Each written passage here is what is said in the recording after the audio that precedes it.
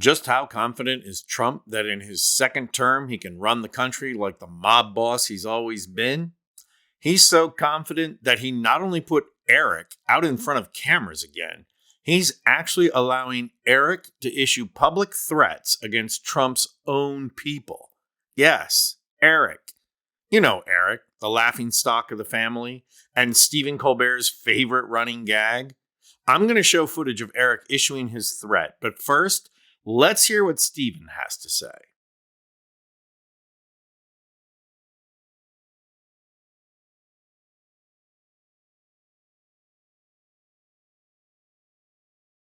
You tell him, Pops. I want a normal life. 3 wives, 1 porn star, and 20 credible accusations of assault, just like my dad. Colbert's routines highlight that Eric is, well, let's just say, not very bright. And that's the polite way of saying this clown prince would be nowhere if it weren't for his father's inherited wealth. The guy wouldn't even make a good used tire salesman. So if Trump World is putting Eric out in front of the cameras, you know something is up. And something is indeed up in Trump World. Watch this CNN report of how the Trump team is already grifting. One of Trump's closest advisors now under investigation by Trump's own attorneys. Sources tell CNN the top aide is facing allegations of using his ties to Trump for financial gain. Let's get right to that CNN exclusive with CNN's Sarah Murray and Kristen Holmes joining us now. So, Sarah, in terms of what we're looking at here, first of all, who is the Trump aide? What is he accused of doing?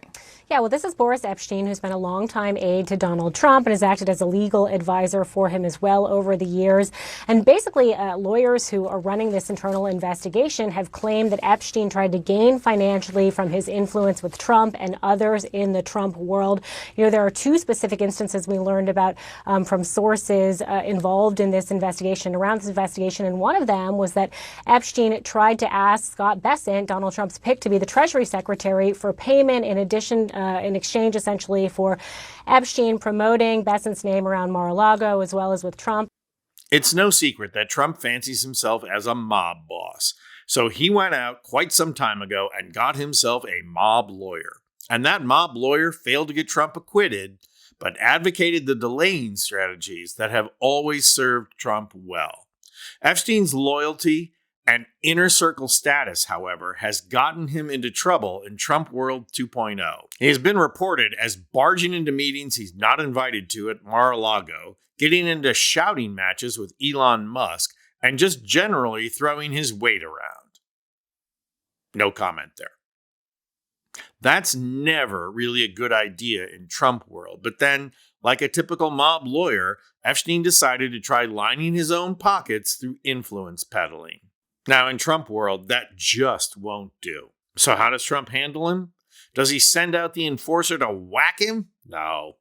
Does he call Tony Soprano? No. He sends in Fredo. Watch. If Boris Epshteyn is taking money from people on the promise of access, he would not be the first. Can I quickly play Eric Trump tonight? Because Eric Trump was asked about this on Fox just a few moments ago. And, you always have to read between the lines, but his answer I thought was interesting.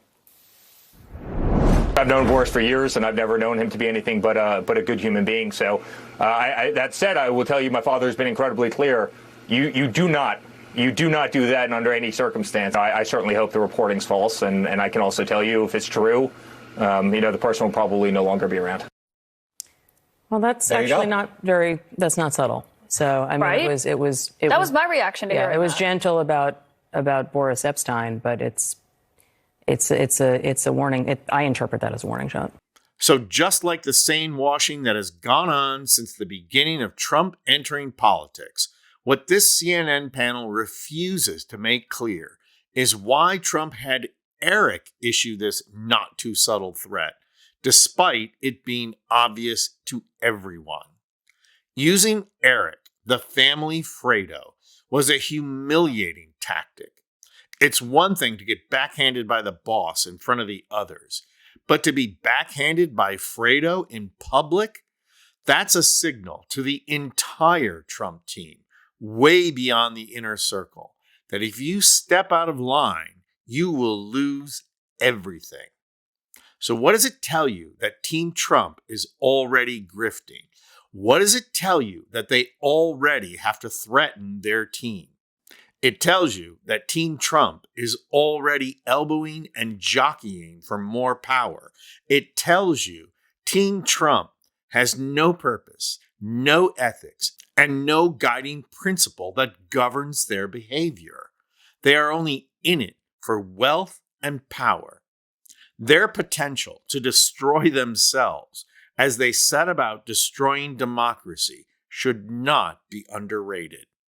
It makes it all the more necessary to expose and oppose them every step of the way. I'm Anthony Vincent Gallo for Occupy Democrats.